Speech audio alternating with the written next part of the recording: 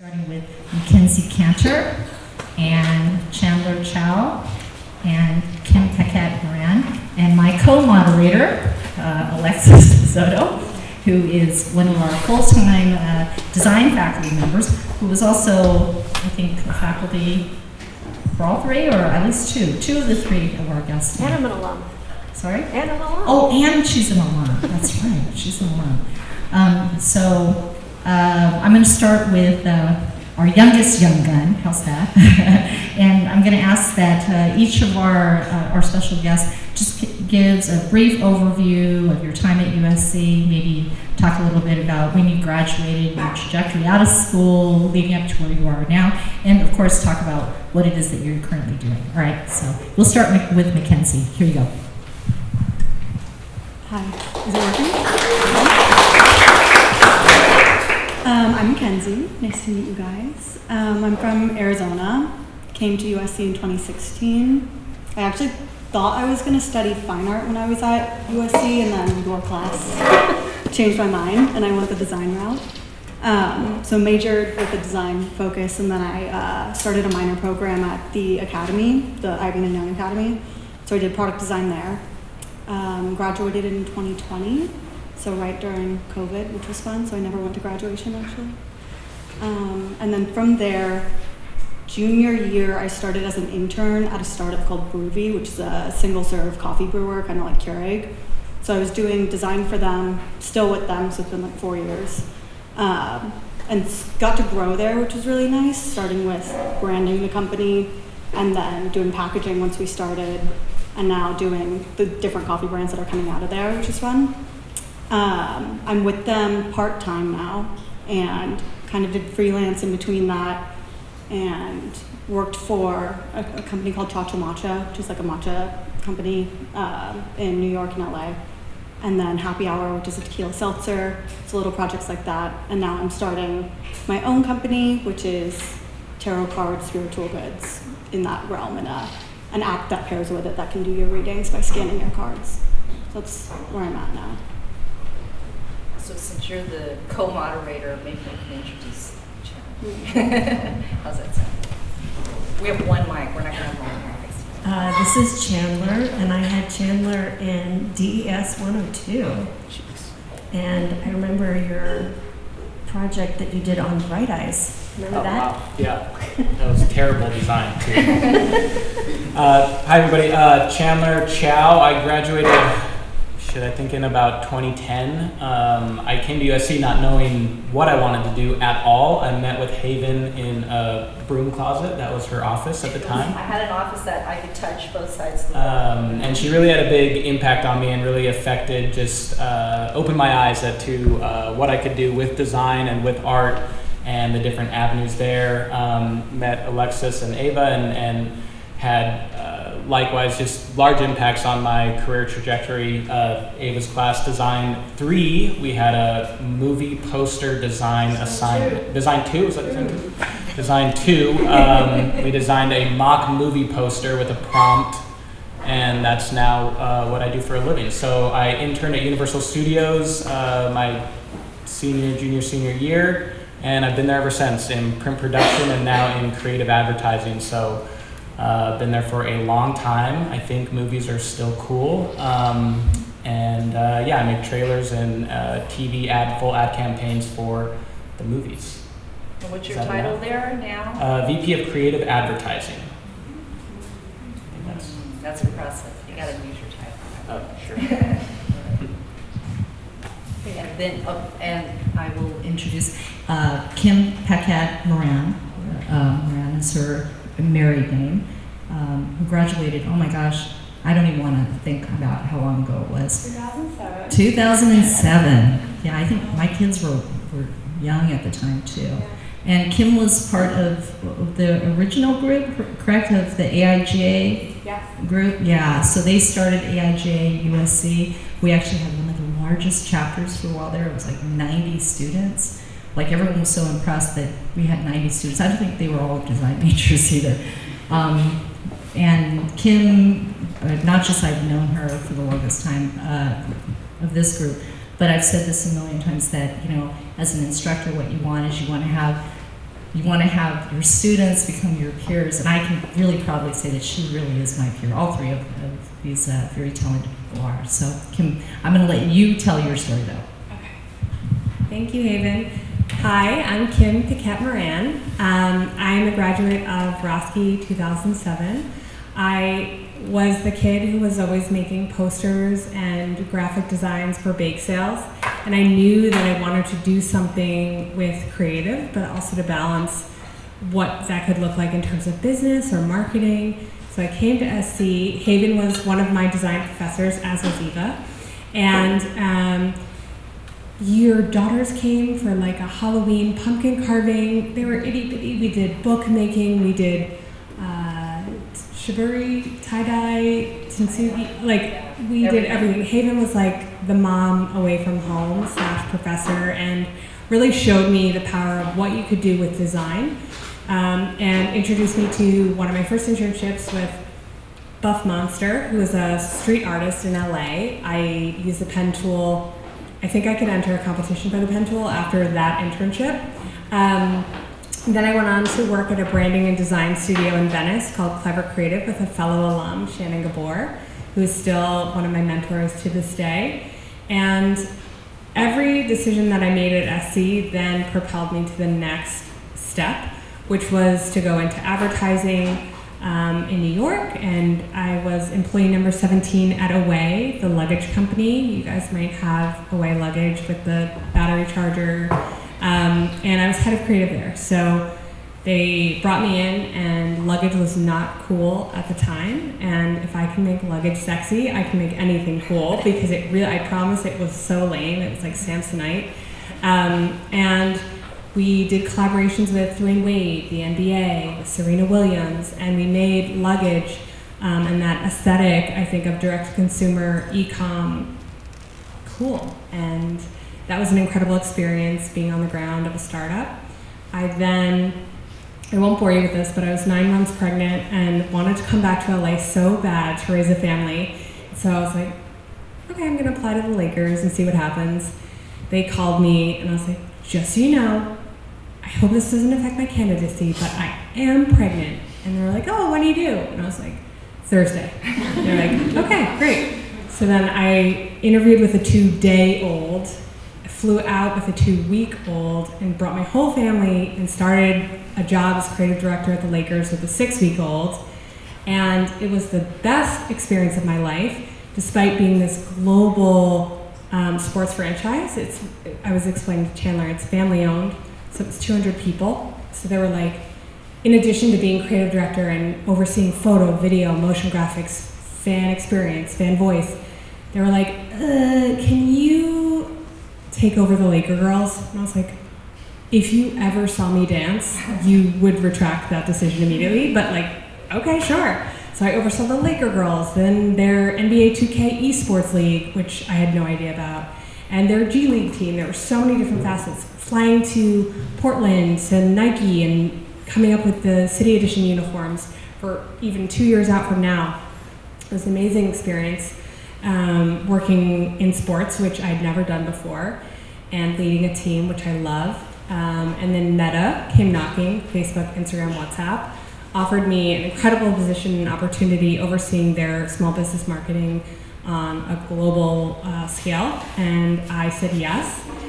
And then Mark Zuckerberg decided that it was a year of efficiency and laid off 20,000 people, and sadly I was impacted by that. And so I was there for like 8 months, and I was like, no. And so now we are so fortunate to do what we do, which is to be able to freelance and to be able to take on clients while I'm still looking for the next role as creative director, head of creative somewhere. I'm able to freelance, which is the best. And I feel like I get to be in the tools and connect with all of the vendors and wonderful people that make our job so fun. So that is me. Thank you. So as you can see, this kind of runs the full gamut. I had a really interesting conversation with someone who's not in design the other day, because I just got back from New York, and I kind of realized that this group in particular probably, they don't know who I am other than the dean of the school. But I started as a designer back in 1981. And I did it because I wanted to go to art school. And my parents really would not have it. My dad's a chemical engineer, worked in the petroleum industry.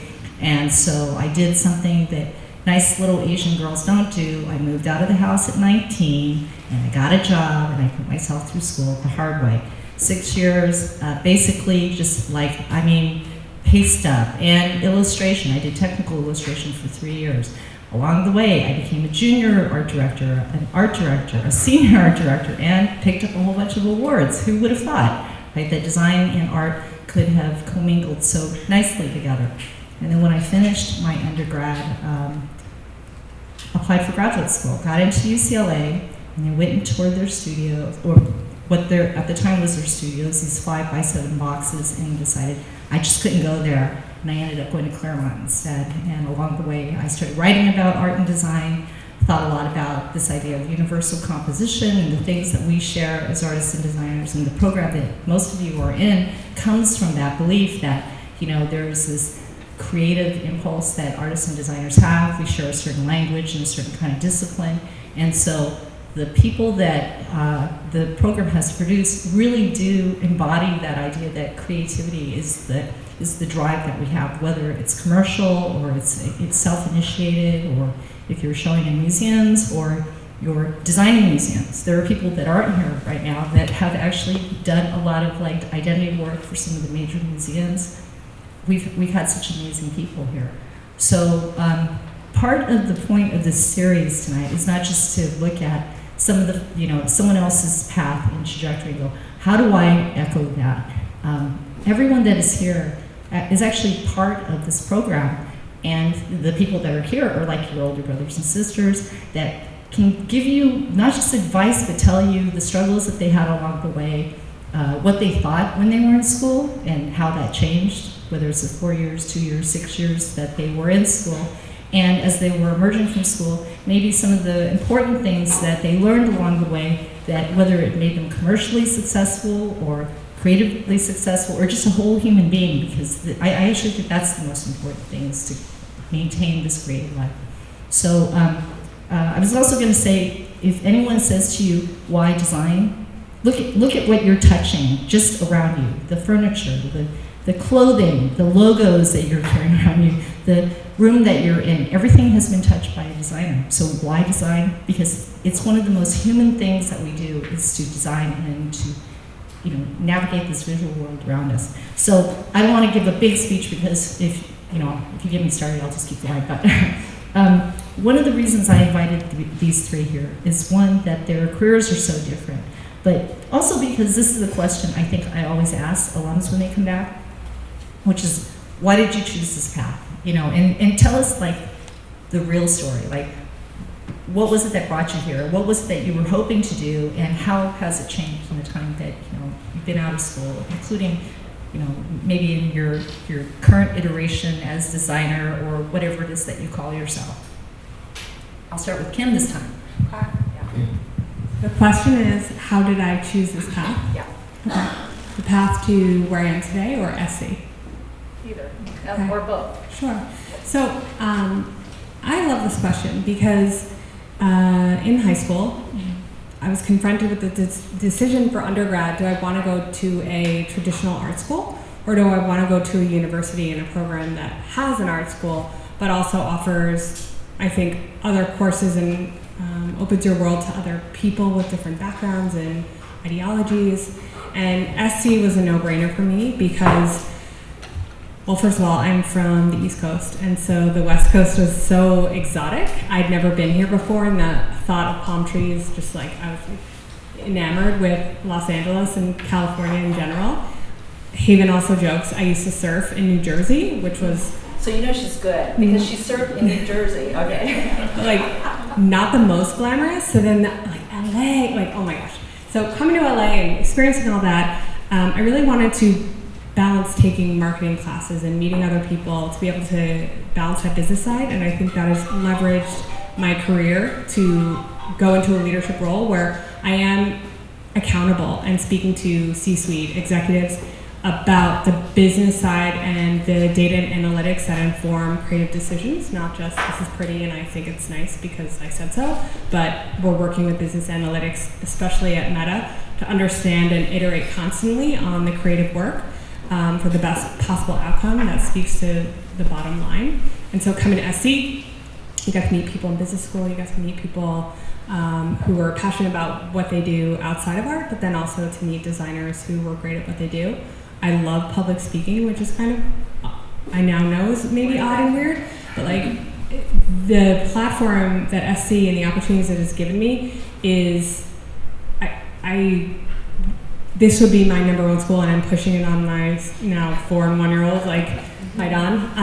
But yeah, I'm here today because of the offerings SC had, and I was so pleasantly surprised to encounter the Evas and the Havens of the world, and to have people in my class who I still am super tight-knit with.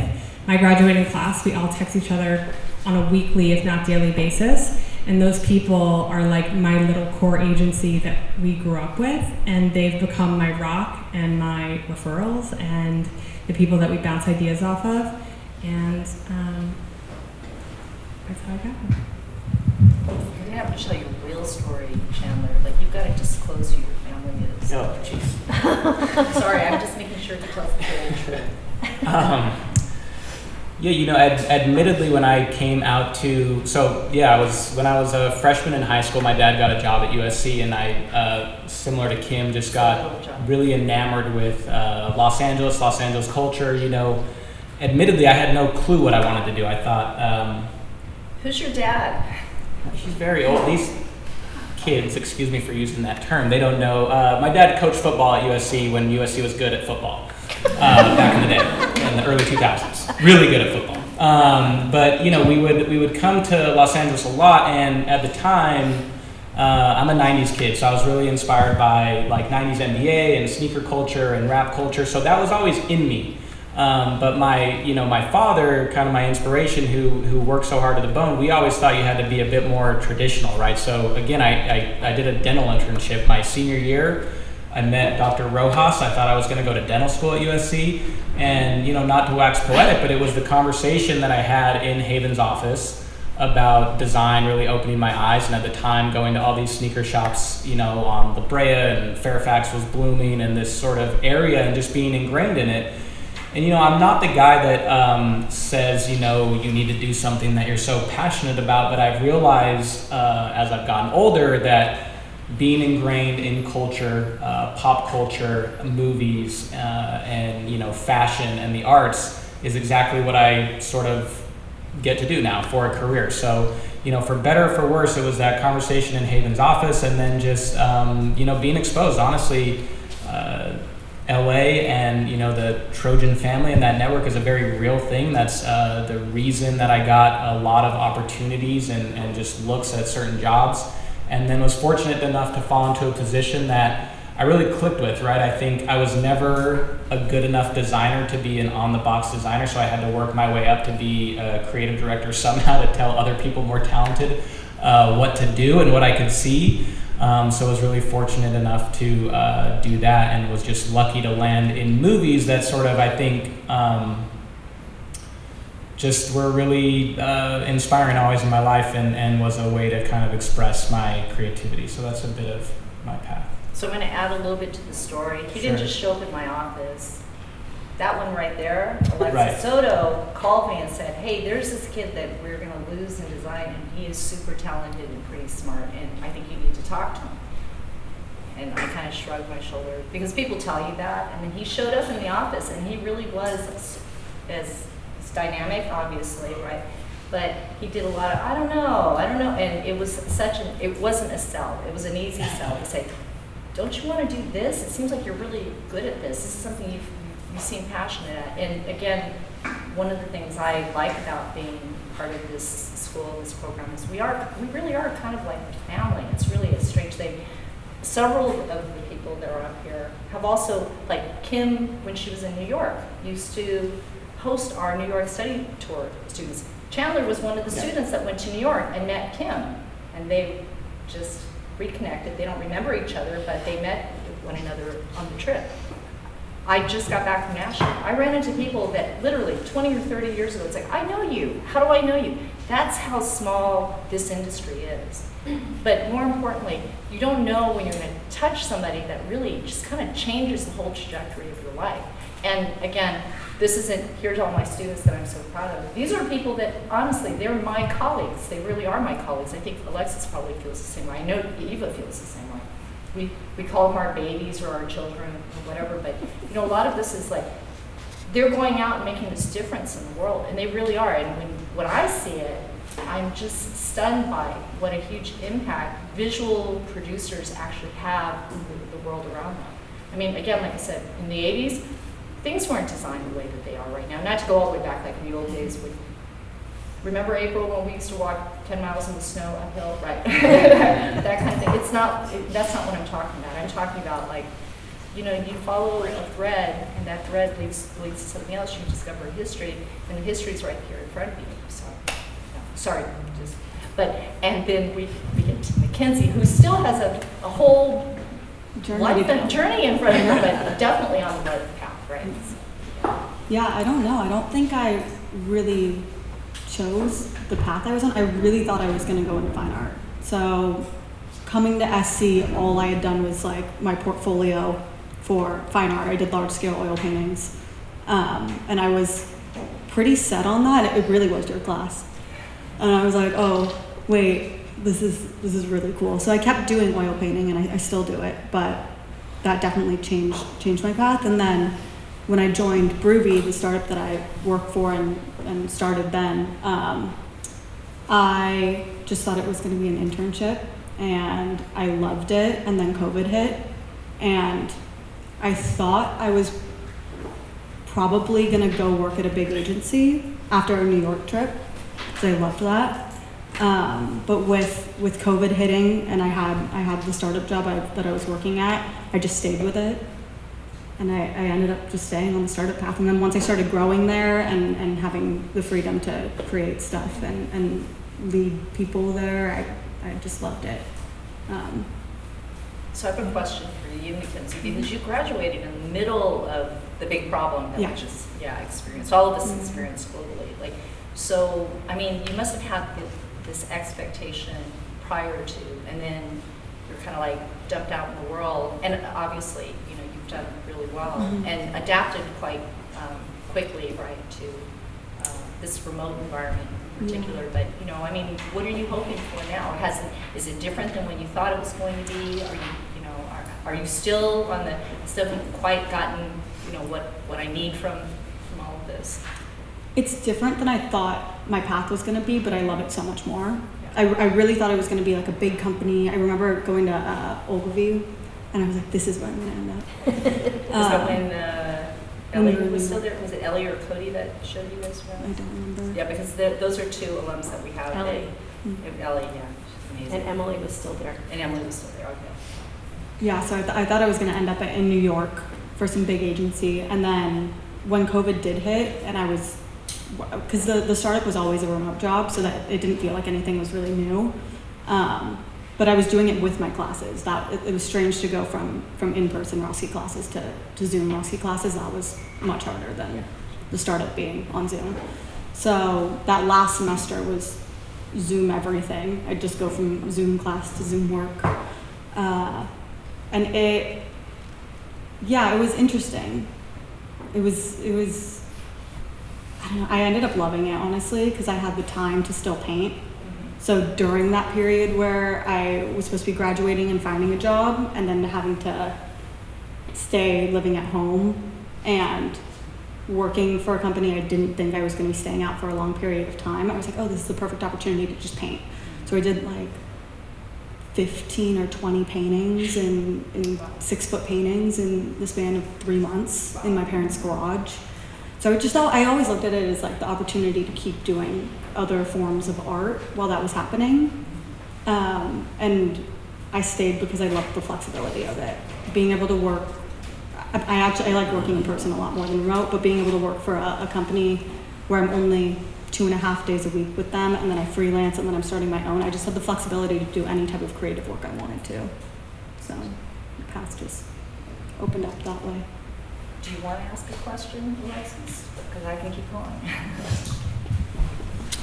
Yes, I would love to ask a question. Thank you. I'll give you the question that I already told you I was going to ask, which is, if you could share what happens, what do you do when you're stuck and you kind of hit a blank, you don't know where you're going next in terms of creative, like you're stuck. What is your go-to method to get out of it, to work your way out of it? I actually don't try to get out of it. I just let myself be stuck. I think interesting ideas come out of being stuck, and usually when I'm stuck, it means I'm going to take a break from the thing that I'm focused on working on, but I usually end up pivoting towards something more interesting. Like after I did the 30 paintings in my parents' garage, I was like, I can't paint again. And I stopped painting for like 6 months because I just couldn't think of anything. And then 6 months later, I was like, oh, I have an idea for another 30 paintings. But in the time, that 6 months where I wasn't painting, I was designing coffee brands, and I took up another job. And I don't know, I like being stuck because it opens up other doors. So I don't try to get out of it. Good answer. I don't know if I have a good answer to that. I think, for me, a lot of design and art is to just be an observer. And I think, you can sort of just being in Los Angeles and being surrounded by what we're surrounded with, and not only here, just being a observer and a consumer of sort of the world, right? You can find inspiration really in anything. And I know that's kind of a cliche type cheesy answer, but, I joke with Haven a lot. I work in movies, and movie poster design is not the most elegant thing in the world. So it's very rare when, that art kind of meets commerce. But I think the way that, to kind of circle back to your question is just to really find it anywhere. I think walking to a coffee shop, finding the branding, the music you're listening to, the art you're consuming, going to a museum on occasion, actually living in, kind of being an artist. I like to use that term a lot, just, really consuming and observing and finding it anywhere, because I really think that that's a real thing. You can be inspired by just about anything. So.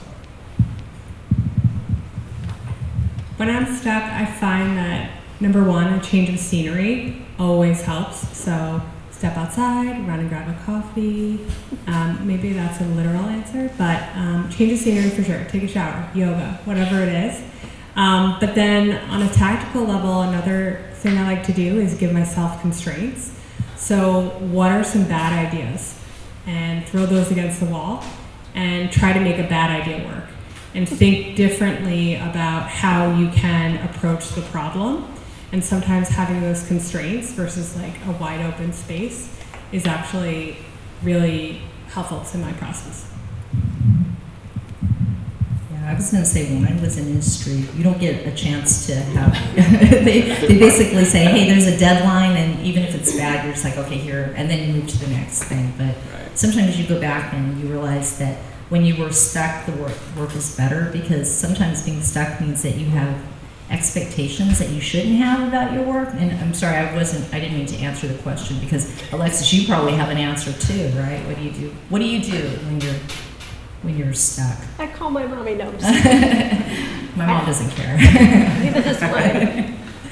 I doodle. You doodle. That's true. Do something that's super pleasurable, and don't feel guilty about it. That's what you do.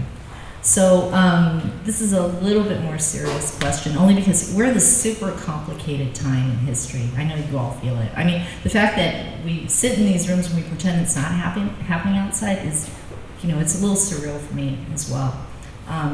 So in this incredibly complicated time in history, and with all the things that we have all gone through in the last few years, and with the news and events around us that are changing constantly at this very frightening pace as well,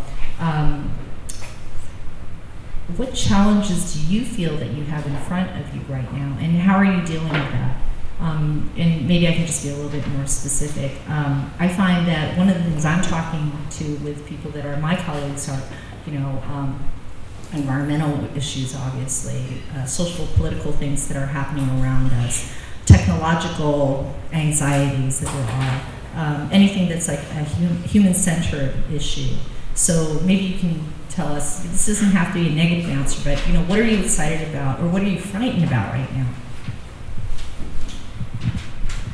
There are a lot of questions packed into that. I know. I'm saying, yeah. So I'd say first and foremost, my priority right now are my 2 kids and raising humans that are empathetic and loving and thoughtful, and hopefully we can make the world a place that is better than when we found it, and looking out for the kids and how they are navigating everything that's going on around them. They're super young, they're 1 and 4. But yeah, I'd say that was the top of mind answer. And then what was the other part of the question? What am I optimistic about? Yeah. Well, being optimistic about your kids, that's a good thing. Yeah, Being optimistic. that's a good one. Yeah. I think just in terms of the world that we're living in, bless you, when I was with the Lakers, there were a lot of world events, but a lot of local, close to home events and things that happened. On my way here, I actually saw one of the many Kobe murals in Los Angeles, and navigating that while still having a sports team and a marketing and creative department to run, to balance this tragedy with having to go back to work every day and to focus and to be inspiring to the fans. We worked on a campaign. The Lakers had never had a slogan before. They're not a big slogan brand. For example, the Toronto Raptors, "We the North" is like their big campaign or big team tagline. And together with the team, we got together and had a brainstorm. This is pre-2020, everything that happened.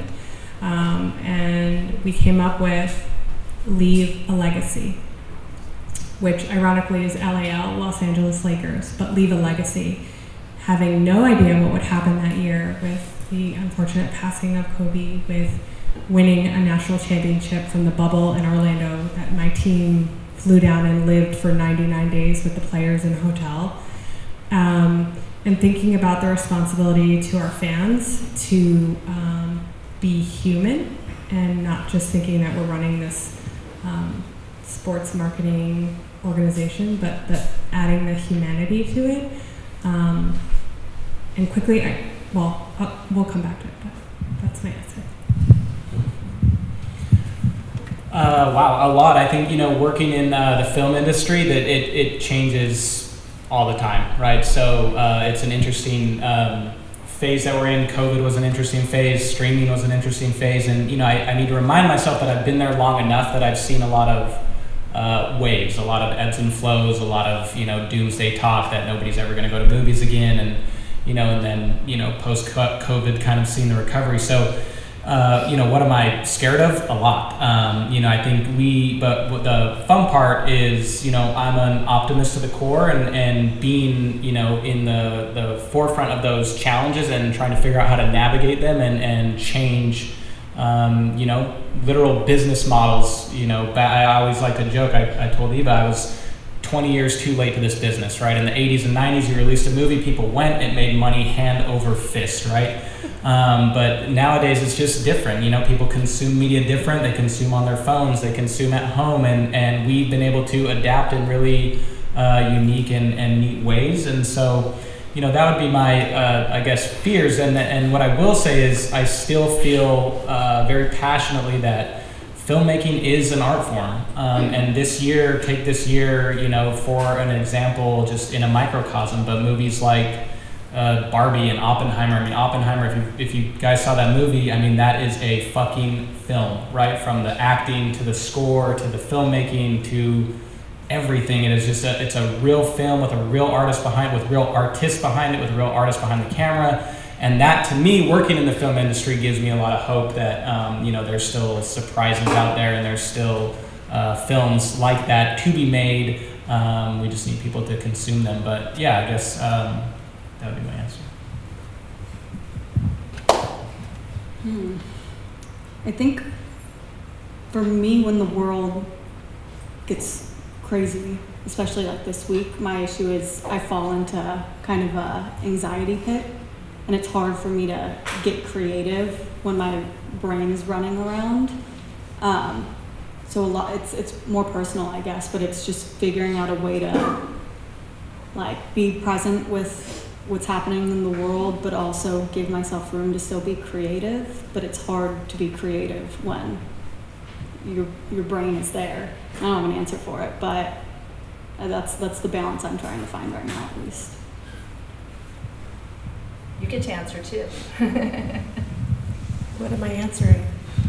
That question? Yeah, answer that question, Alexis. Well, I think I am also at the core an optimist, an optimistic skeptic maybe. And I feel like I'm also very focused on my children for sure. And obviously I have one of the best rewarding jobs, which is working with all these seniors that are here tonight. Thank you for coming. And participating in their practice as well as participating in my practice. So as long as I have that, I think I'm going to be okay. You answer the, or do you want me to ask a question? Oh, you want me to answer that question? Yeah. Well, I kind of feel like I've seen a lot. You know, I've been around for quite a while, and I used to not talk about this, but I have been talking a lot more about this as of late because, you know, there's that term multi-hyphenated, which I am, and it's actually in my name, right? And it's funny because, like, I don't think I've ever publicly said this, but my name also means shelter, so I have a lot of that because I have kids as well. But when I was starting off, you know, the questions were always like, you're gonna have a family? That was one, and because I was in the arts, I mean, both my degrees are in fine art, you know, the other question is like, oh, you're gonna go into this sellout field? And so I've always felt like, you know, the answers and the questions don't necessarily line up. In other words, like, I'm kind of looking for different questions. So it's very complicated right now. The world is very complicated. But because I have this, what I would consider like this very biracial way of looking at the world, I am also very optimistic because I think humans do remarkable things even under pressure. And I'm a pretty big believer, back to what I said before about, like, you know, coming from a generation where things that were designed, they weren't purposely designed, and everything is now. It's so intentional. So humans have this kind of ability to, you know, think their way out if they really want to. So I'm hoping for, you know, good characteristics to come forward, and for us to ignore some of the ridiculous things that are happening. I'm not a huge believer in, like, big authorities. In other words, I hate to say it this way because I sound like such an anarchist, and obviously I'm also in an administrative position. I shouldn't talk like chaos, but that is what I kind of believe in. I do believe that someone's going to emerge and have this fantastic idea, and that idea will be the thing that everyone kind of gathers around. Again, I'm super optimistic. I have to be, I think, because who would have children if you weren't optimistic, if the world was really ending? And I also like technology, so technology doesn't scare me. There's a lot of, you know, pretty great things that are happening. I also think right now culture is at its richest point. I love that. You know, you can go anywhere in the world and kind of find some similarities with people, which it wasn't like that in the past either. So, not really an answer. I think I'm just kind of like throwing out a bunch of things. Reasons I would be hopeful. So my last question, and you know, I was also going to say something because when Kim was talking, I realized I was going to call her out on something and I didn't. So if there are some art people that are here too. So one of the things that Kim did with the Lakers was and she didn't even talk about it, and she needs to talk about it because it's pretty cool. Okay, go ahead. Yeah. So I was chatting right before coming in here, and one of the things I brought up was, what do you think the students here need to hear? And something that came up was that you belong, and you belong. You belong here. You folks have earned your seat at this table. And one of the things coming into the Lakers that I had never worked in sports before, I had huge imposter syndrome, okay? So I came in and Magic Johnson worked at the Lakers, and he's like walking past me, going to the bathroom or at the coffee thing. And I was like, what is happening? And they're like, all right, Dwight Howard's coming in. LeBron James is downstairs. We need you to interview him.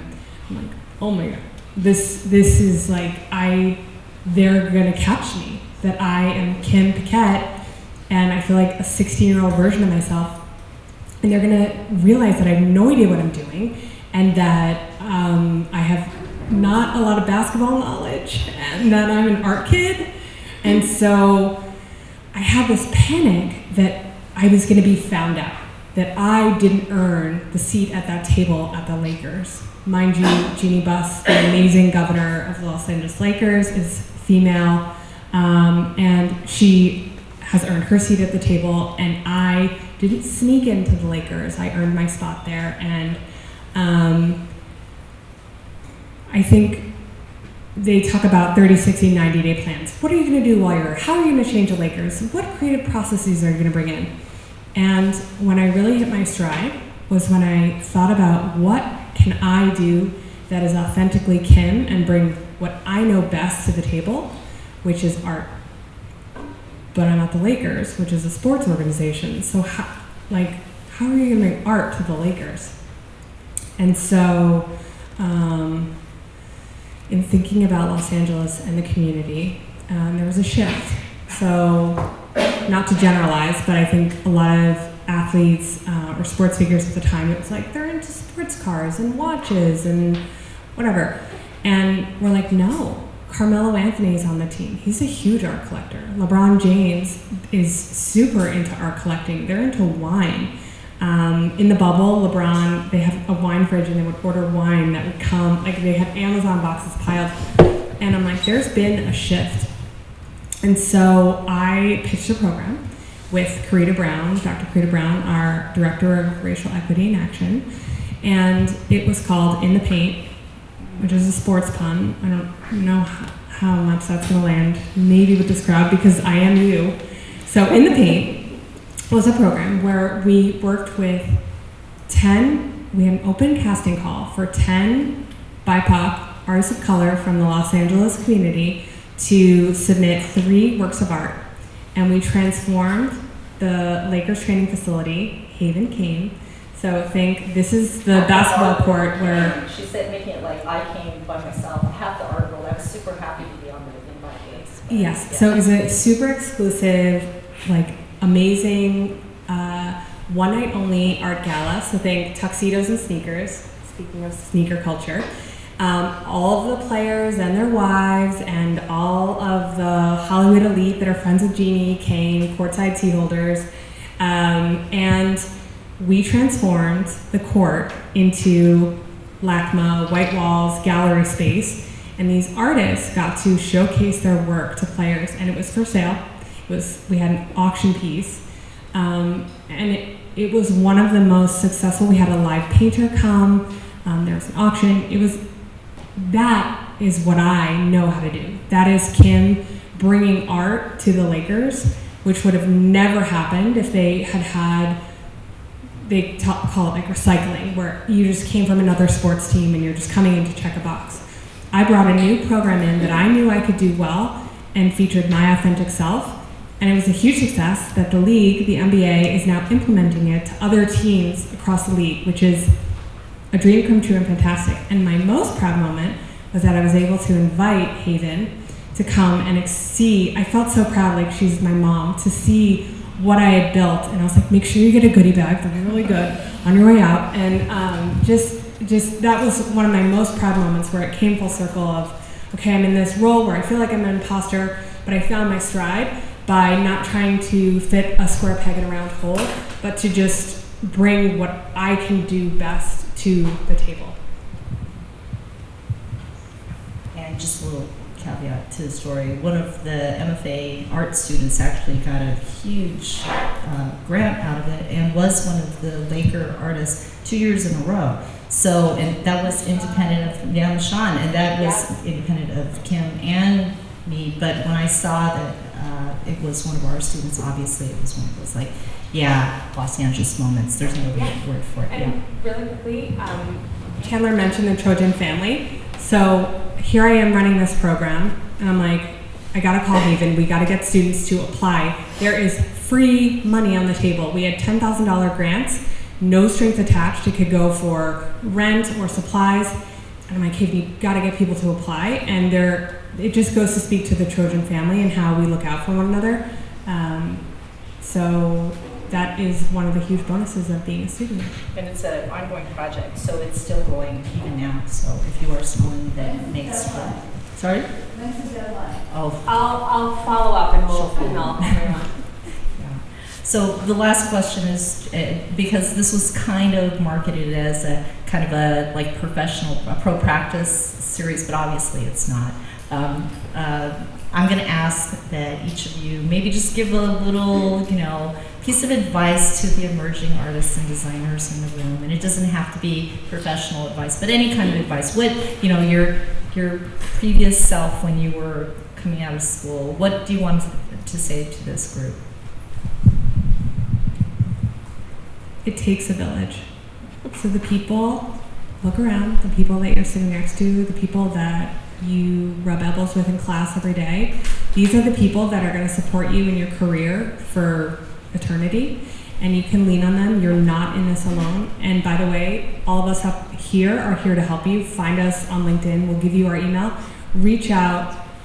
You're not alone. We're here. We're the Trojan family, and we're your resource to see you succeed and blossom. And the other side note was, to my earlier point, you belong, and you earned your spot here because you are super talented and amazing, and are these Renaissance scholars that we were joking. It was like, there's no way I could ever get into this program. You guys are, y'all are crazy talented.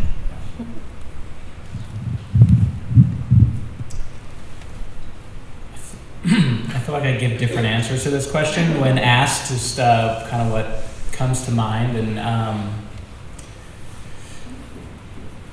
I don't know. I think just being here tonight and how the conversation has went, I would say, two things. Number one is just be positive. I think there's a real need for that today, and I'm not trying to be, on some soapbox, but certainly in a working in an industry that can that has a lot of big personalities that can be very vitriolic and negative in interesting ways. I think positivity is key, so that's something that's just on my mind.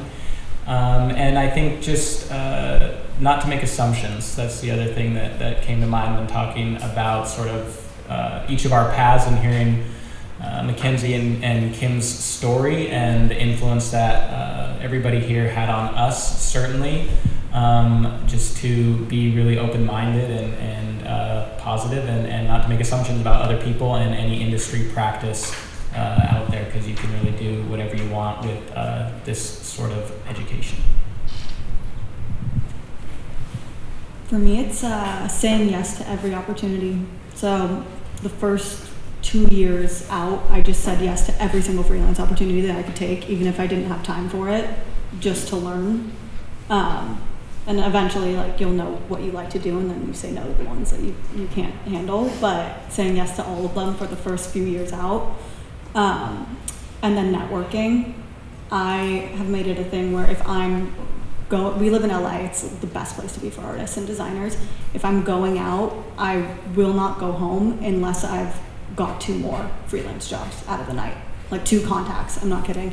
At parties, it's Hollywood. Everyone wants to make some company or design merch or needs a poster for a party or whatever it is. 2 contacts every time I go out. What I do. Questions? Yeah, Q&A. Q&A. Oh,